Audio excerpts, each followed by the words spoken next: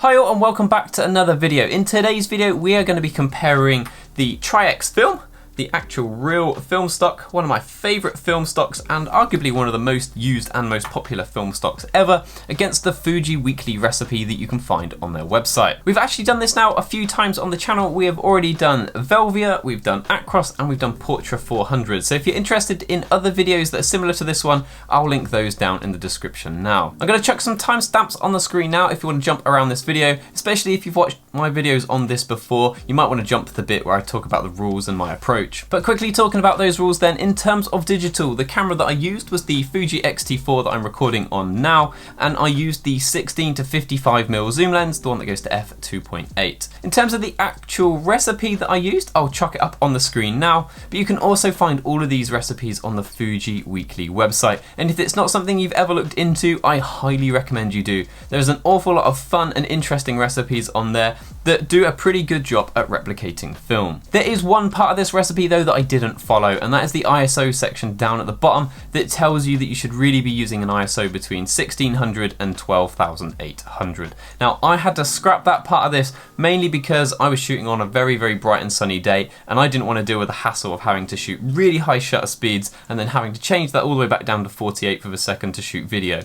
So I scrapped that part, but we will touch on that later and describe how that affects your images. When it came down to the film, I used my Leica M6 and a 50mm Voigtlander lens, so that will mean there is going to be a slight difference in terms of focal length throughout this video. When it comes to developing and scanning, this is where the waters get muddied a little, and depending on how you do this process will depend on how your results look. I personally do home developing with HC110 and I use dilution B for this, and I shot the film at box speed. When it came to scanning, I used my Epson V600 and I actually scanned it as a negative and then used Negative Lab Pro to flip the negative into a positive.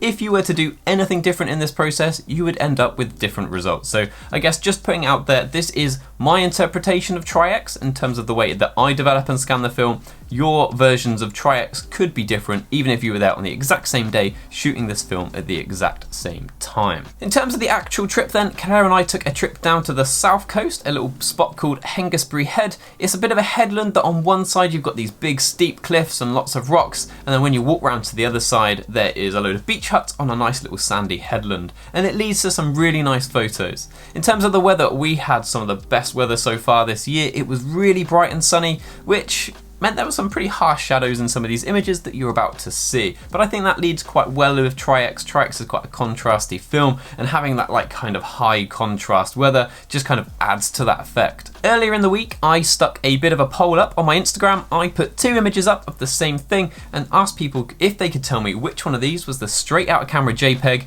and which one was the film. Now my Instagram following is a pretty good mix of photographers and non-photographers, and the result was basically 50-50. And I had a bit of a look through to see if all of the kind of photographers got it right and the general public got it wrong, and the answer is actually completely mixed. But can you tell me which one of these 2 images on the screen now is the film and which one is the JPEG? Now the film is actually this one, and there's a bit of a giveaway because there's a bit of a funny development mark actually towards the bottom of one of these images. But I think the point here, straight off the bat, is that generally people don't have a clue when they're viewing these images on social media. So first up then, I think what we're gonna have a look at is the grain, because this is one of the biggest differences and some of it is down to my personal shooting preferences. If we have a little zoom into 2 of these images here, what you can see is that the actual Tri-X film has a lot more grain and it's a lot more pronounced. Even though the recipe's grain is at its strongest and most visible setting, it's at strong and large, it's still not quite enough. And I think this goes back to what we were saying at the start though, where there is a choice that I made when it came to ISO. I chose not to shoot at higher ISO ranges because I couldn't be asked to deal with it. If I had, there would have been more noise in my image, which when flicked to black and white would have created more grain in the image. Next up then, let's have a bit of a look at the dynamic range of these images. Now there's actually 2 settings at play here. One of them is the dynamic range and one of them is the tone curve. We're going to start off by having a look at the tone curve. So the settings for the tone curve are 0 highlights and +3 shadows. Now what does that actually mean? Now the +3 shadows actually means it's making the shadows an awful lot darker. Sometimes that can feel a bit counterintuitive. If we have a look at these 2 images, I think think the darkness of the shadows are very similar. The light was pretty harsh on the day and that did cause dark shadows, but looking at these two images, I think they're actually very close when it comes to the shadow area. If anything, I think that maybe the film is a little bit darker when it comes to shadows. So if we wanted to, maybe we would take that +3 and make it +4. But I think we won't do that for a minute. We're going to have a look at the next setting first. And the next setting is that dynamic range setting, and it's currently set to 200. You can actually increase this or decrease it from this point.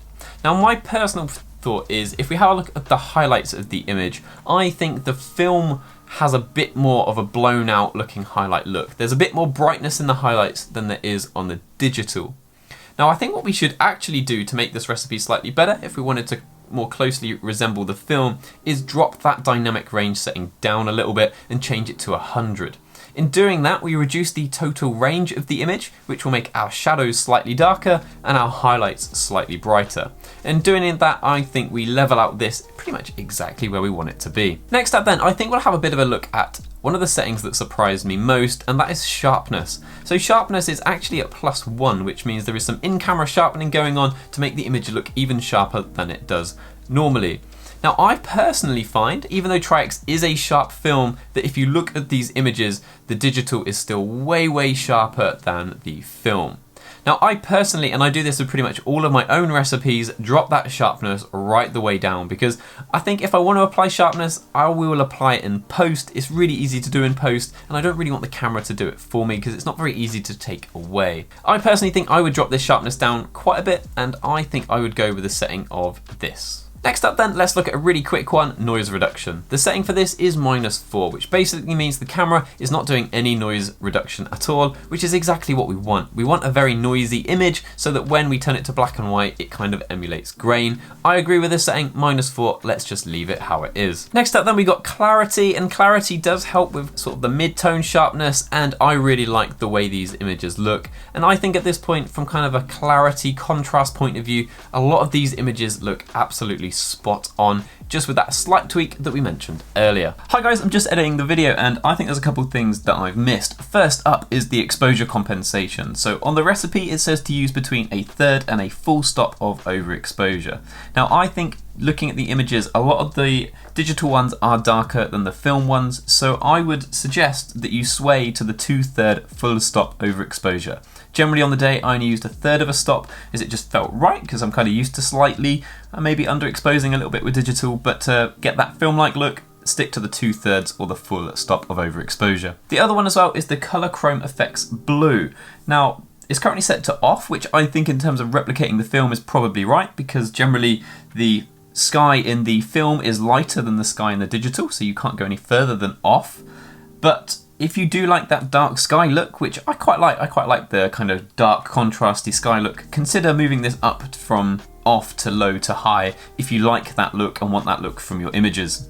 This recipe really impresses me. It's so good at emulating the actual film stock. With a couple of tweaks, I think you can make it slightly better, and I'll stick those up on the screen now. These were the things that I went through and how I would change the recipe slightly to kind of match my style. But this is by far my most used JPEG setting, and mainly because I can use the JPEGs to shoot black and white, and I can use the RAW for colours.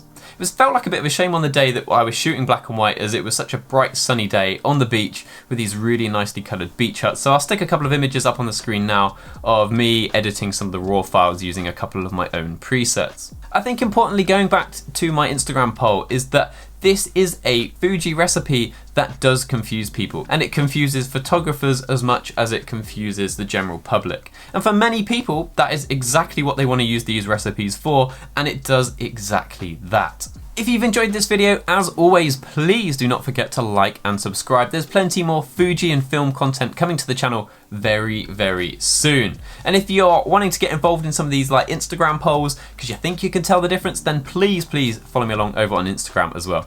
Thank you for watching, guys, and I hope to see you in the next video. Cheers.